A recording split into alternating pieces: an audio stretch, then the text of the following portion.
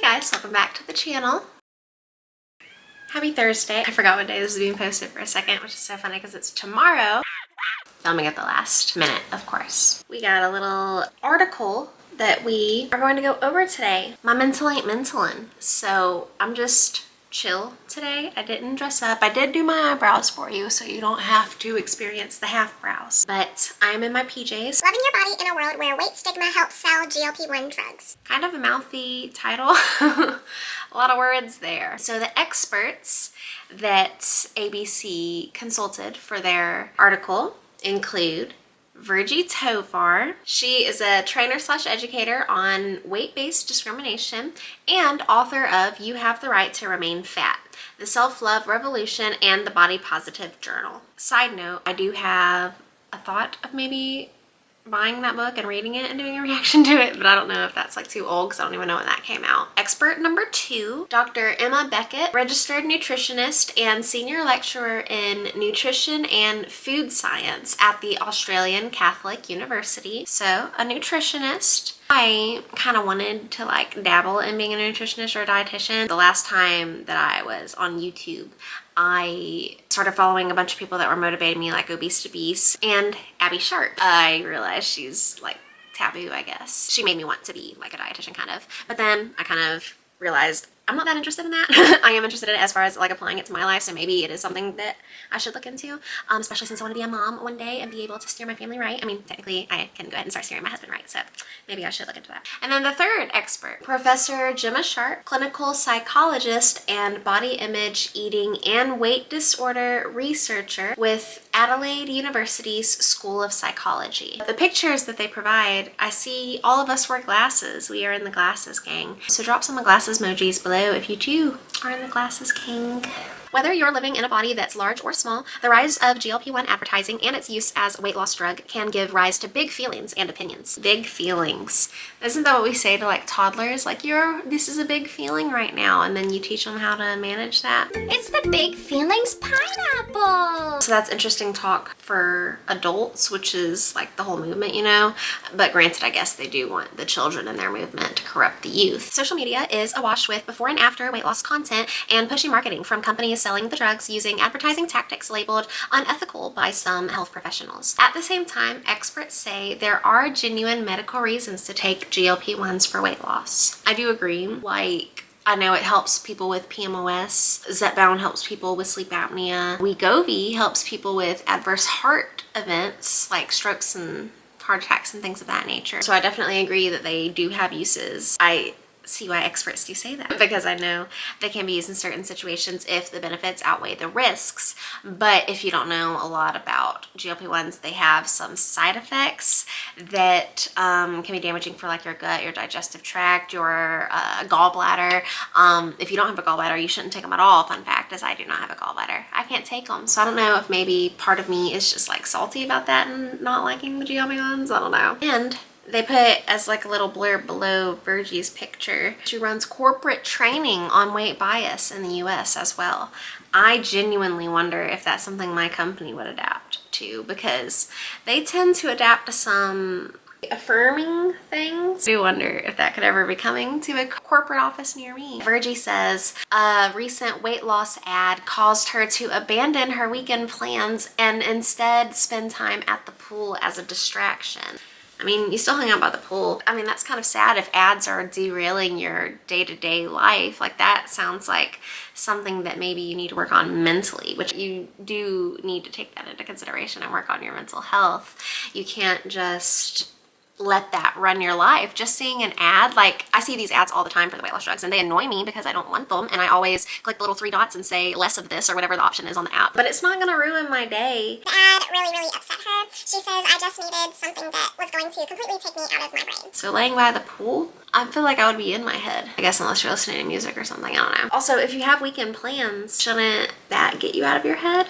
I don't know, it just sounds like maybe something that she just said to like beef up the article, but maybe that's bad of me to say. All feelings are valid. If you have vulnerabilities to this kind of messaging, these are real costs that add up, she says. Even if you're not spending money like I did on the pool pass, you're spending time, you're spending energy. Emma Beckett, food nutrition scientist and self-described chonky person from Allura/Sydney, says, anecdotally, for larger people, the choice to use GLP-1 drugs can feel like a lose-lose situation. How is it a lose-lose? Well, I mean, I guess if you're losing your digestive function. If you're wondering what I'm drinking tonight, because I'm filming this at 7:30, it's not caffeinated, but it is Shirley Temple Bloom Pop. Shirley Temple has always been one of my favorite flavors ever since I was a kid and was introduced to it. I have tried the poppy one of this. Didn't like it. Too much Shirley, not enough Temple. But this one's really good. I know people say the Olipop one is good. I've yet to try that one because I can't find it anywhere. I did try an Olipop yesterday. It was strawberry vanilla and I did not like it. But they have like 6 grams of fiber, I think it said on it. So if I can find a flavor I like, I'm going to drink that. I have to address chonky. Like my corgi's chonky, but I guess it's cute. So if you want to use that adjective to describe yourself, that's fine. People in larger bodies just absolutely cannot win. If we stay fat, we're told our fatness is the problem. If we lose weight, we're told that our weight loss is the problem. If you mean by people in the community that you're in are saying it's the problem, yes. But I don't know many that are going to say it's a problem for an obese or morbidly obese or even just overweight person. I don't think there's going to be many people to say that it's a problem to lose weight unless you like lose an unhealthy amount of weight and get to malnourishment. But it's just words, words, words, words. Dr. Beckett herself was an early user of Ozempic, which she took to lose weight in order to relieve chronic pain that was preventing her from exercising. So I guess maybe excess weight that was causing the chronic pain, like maybe in your knees or your hips or your back or your feet or your ankles. I'm trained in biomedical science, and a lot of my research has been on nutrigenics and nutrigenomics,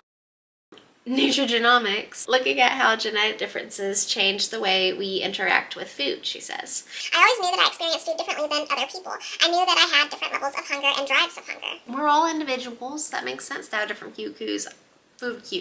I don't think everyone's the same, and if they are, maybe they're like adapting themselves to be the same as someone else, and that's not okay. If biology means we all have a different variance in the hormones involved in appetite, and a medication can correct that, how is that any different than those exact same differences happening in a blood pressure pathway, she says. She ultimately chose to stop using Ozempic as she only wanted to eat bland white foods while using it. What I gather is maybe she was getting the dopamine hits and adrenaline rush from eating the ultra-processed foods or the fast foods or the greasy foods, whatever it may be, and she was only wanting something that's bland, so maybe like whole foods, or maybe she said white, so rice, chicken, unseasoned chicken, I don't know.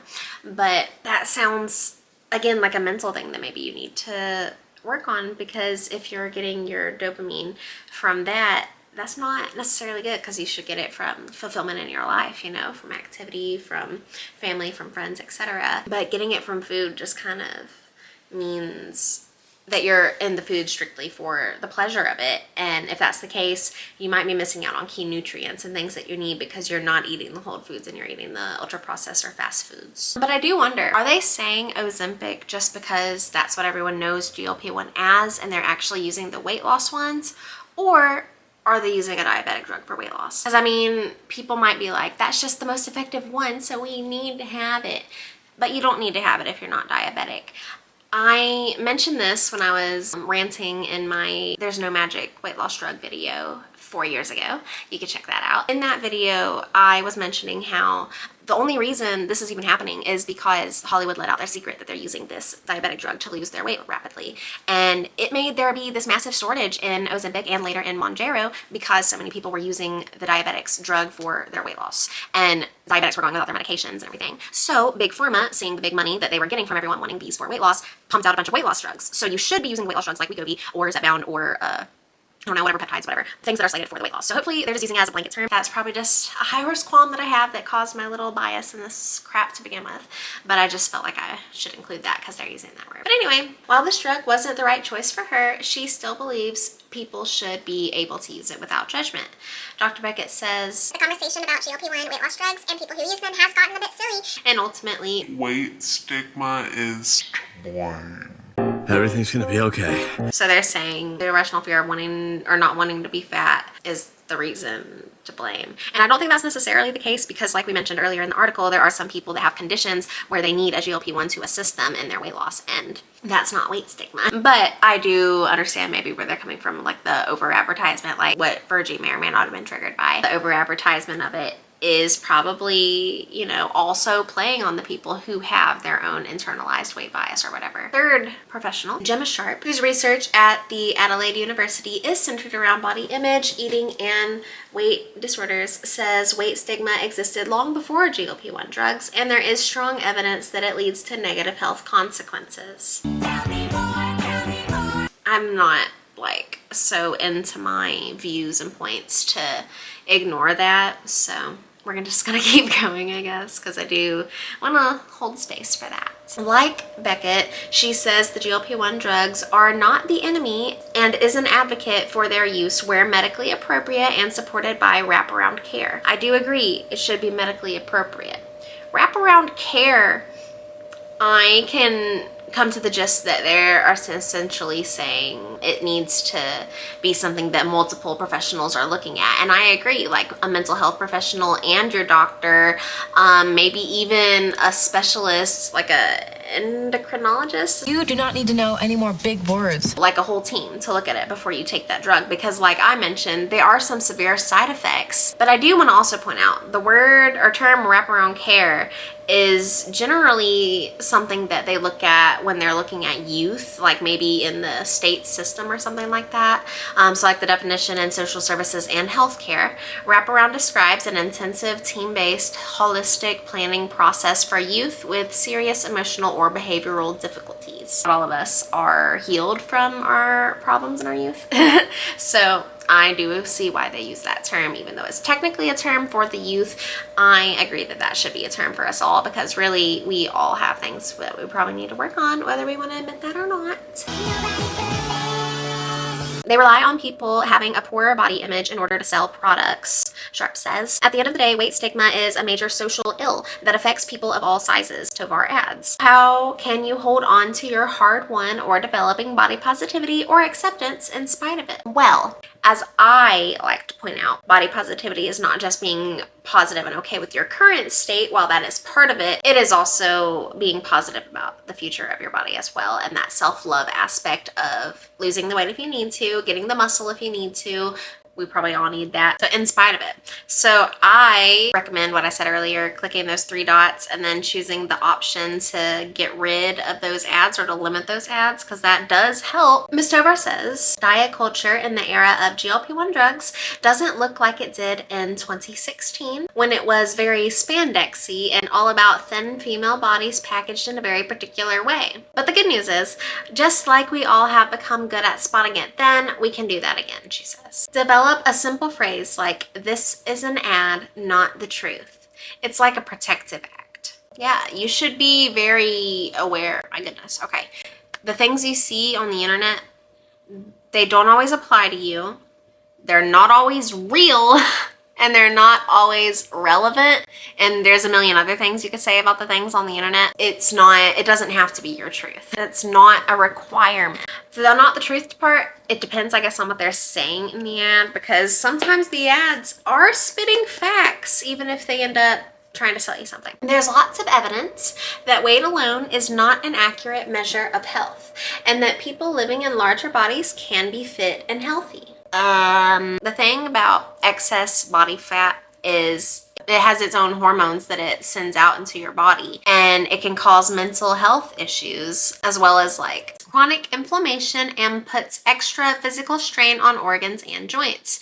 It raises your risk for serious health problems like heart disease, type 2 diabetes, stroke, joint pain, and certain cancers. You can review detailed medical risks through the Centers for Disease Control and Prevention Guide on Obesity. heart and blood circulation issues with blood pressure, heart disease, cholesterol and triglyceride levels, type 2 diabetes, fatty liver disease from fat buildup in the organ, chronic kidney disease, gallbladder problems. I got my gallbladder out like a month after I turned 18. I was over 200 pounds for one, but for two, I was eating so much freaking cheese. No one knew. I could have went my whole life.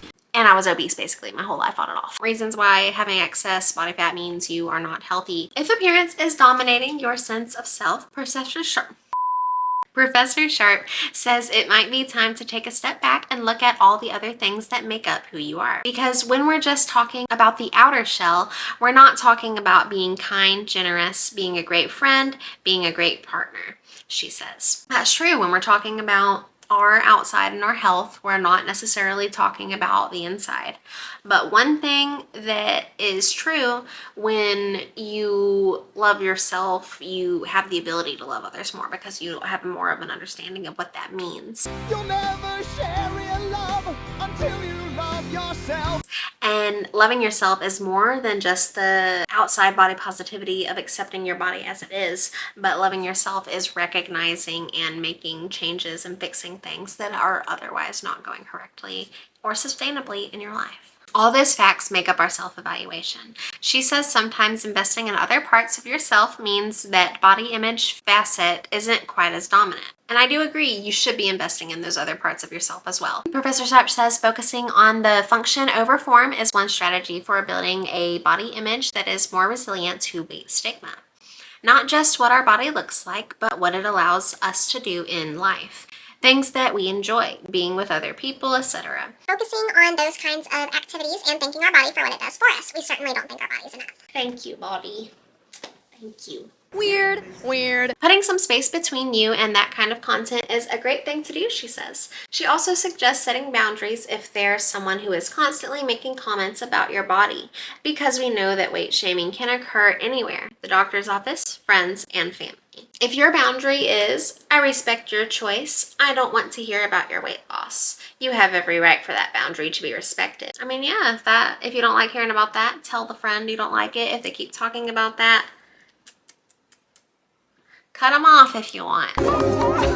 Ms. Tovar says right now, people living in larger bodies are being asked to show significant compassion and respect for the autonomy of people using GLP-1s. Of course, because they're their own person and you can't control what they're going to do. Why should you give a fuck if they want to get healthy and lose weight? That's on them, you know, if they want to be positive and increase their lifespan and to lower their cholesterol and get their blood work under control. You should respect people for their own choices because they're their own choices. As an example, she says she felt really hurt when a person in her life who once was proud to live in a larger body used GLP-1 drugs to lose weight. I couldn't help but go to the place of, wow, my body is your worst nightmare. Some people say it's an overstatement, but I get to have that feeling. You do. You're entitled to your own feelings. Should you address them in therapy? Yes, probably. You're entitled to do what you want to do. You can have a terrific body image at any weight, and you can have a poor body image at any weight, Professor Sharp says. While it's not uncommon to occasionally feel some fleeting discomfort about your body and how it looks,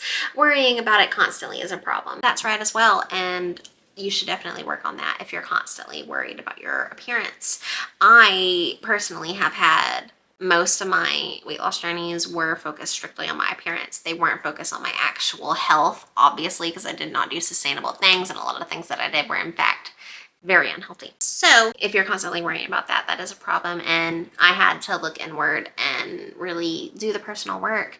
And for me, a lot of that was looking more into like the things that make me who I am, first of all, like consuming content that it motivated me or inspired me, or listening to music that made me happy, rewatching TV shows. Like I love rewatching like Glee and The Vampire Diaries. I know, two very very different things. I do think that there's a lot of things that you can do apart from that, like going to therapy. Give me therapy. Not everyone is necessarily worrying about it constantly. I think the people that they're talking to, and maybe the person that was writing this and wanted to talk to these people, I think maybe they're more focused on other people's weight loss because maybe they do have a secret inward weight bias that they are projecting onto others. Professor Sharp says poor body image can become a mental health issue that requires treatment.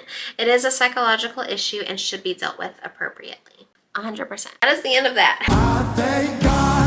Thank you guys so much for watching. I'm going to leave the link to this article in my description if you want to check it out in full. If you made it this far, thank you so much for sticking around. You are one of the very few. Round of applause for you. Leave a comment down below to let me know that you made it this far by leaving like a pink shoe, and then I will just love that so much. I hope you have a great rest of your week. As always, leave your comments below for your recommendations or thoughts about any of this, and if you related to any of it, if you're pissed that I talked about it, if you disagreed with what I said, let me know. Engage with me. Bye.